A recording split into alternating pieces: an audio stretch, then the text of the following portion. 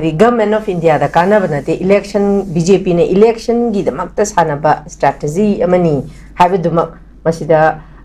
kugi pungna phamde yauri Modi na miyam gi awabadagi election na hena luna lawi haidana prime sida haida isi kugi AICC gi minority department gi national coordinator amasung Manipur in charge Rajesh Kumar Sethi na phongdokre hai ozaring kuna hujik thamkyo warol dumak haiba kogi Rajesh Kumar sina ju thambi raiba masigi matang da ozaring ko ina lak chani bo wafam di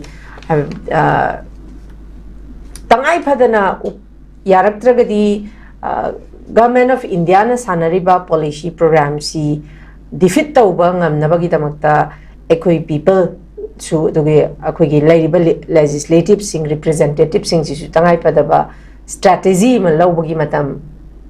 si yaushal lawbata theng bu theng malle haininge ozaringu khange si everything board kini dugini dani haise khange nahan kokomi ge dum mayam people convention na pangthu in mituda kuki separation day na pangthu i gun salute tawruba bagi damak pau FIR tawdana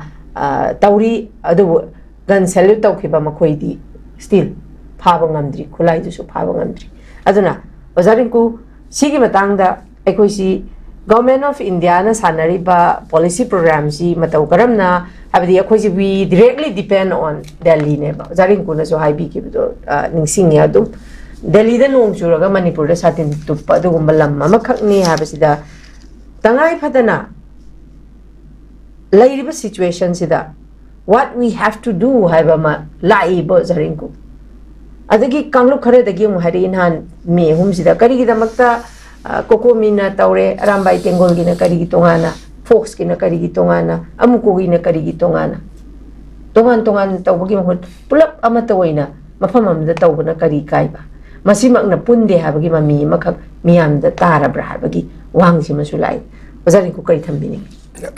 yam sume yam tuina hangbo hangam hakta koina kari gi damakta tongkai mafam da observe tawri bano haise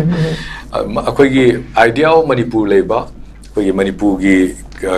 civil society organization sing se magi oiba koi gi sing thoram sing pangthok na ba mai semna gi bangaktani for example kokomi integrity gi damakta sem gi bani organization me ama pulaga adagi fox gi damakta koi Manipur gi damakta sem gi bani magi oiba magi leje haitare amukosu dungare haidi Koigi majority community singsi maratadi kayamu yamna oige mata liberal oige matamda koigi moise punda ba yate na gan point ka naam ta nam de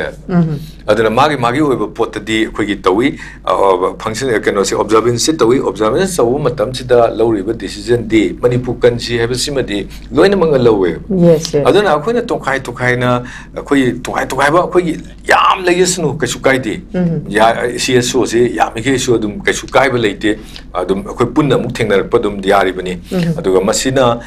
lawriba chatka de forum dumadi koigi tokai na amta lawna dieba kokomi gi su dungare fox ke di sungare Manipur kan ba haiwa fam simadi adu yawroga leibani na masaida koi ji pundra ka haibu di punba ba haibu gi wafum dugi wang koi wan toksi leiti haitare maram di koi issue mu da pulap chaminari magi oiba ngamjaba thak chaminari bani na tawri ba thau kudi makse koi gi oiba koigi Manipur kanana bagi damakta pangthokiba pot amakak neba aduga handak congress ki matam disu dungare congress ki matam da akoi ka haitare moina khara congress ki matam da soiram ba khar mayam amasu lei haitare aina aigi diary phakthok matam da sometimes even judges of high court se moidagi security bok lok phoga moisi army game the challenge gi wathok phuk le okay congress ki matam da yamwana tawgiba aduga even judiciary namthana ba judiciary si tawna ba hona gi ba matam congress ki matam da su le ba aduga congress su they are playing their electoral se policy sanada ba nate ba chumi wakab board ki lakku matam madudai da mayamna singna ye liba kholiba moi reason le da ye le ni supreme court le riba ni case aduga swagi area me ama lak matam judiciary bokti namde de dana aduga so aduga moisu vote si khoi gi minority vote bank mayam si phajil kan congress ki oibusu sanana bum hone aduga kaino na su bjp na su moi gi oiba kaino sagalaga kaino gi hindu fanatics mayam punjil lakanda namdana khoi gi moise vote kana ba hona bagi mami so dum ta gi do na teba political party sing se indian system ji da changrabani na makoina khara hena haiba khara hena keno to haiduna ama oire ado tawbada di moina tawriba politics sida manipur gi oiba pot ama ka congress su dungare aduga bjp su ngare manipur gi oiba political oiba magi aspiration ma lejariba aduga magi hanagi leiramba khoi political identity hai tare masagi ujaba identity se masi respect toroga satkiba adugumba india da government se hujibauki oina di amata hujibauki di leitri tobudu khoi miyamna lei haina chalakanda adum thambari masa masagi kanana ba asigi laro kudam amukakti khoi jege pilaina haigibudo khoi sidagi lakiba minister sing se ayamana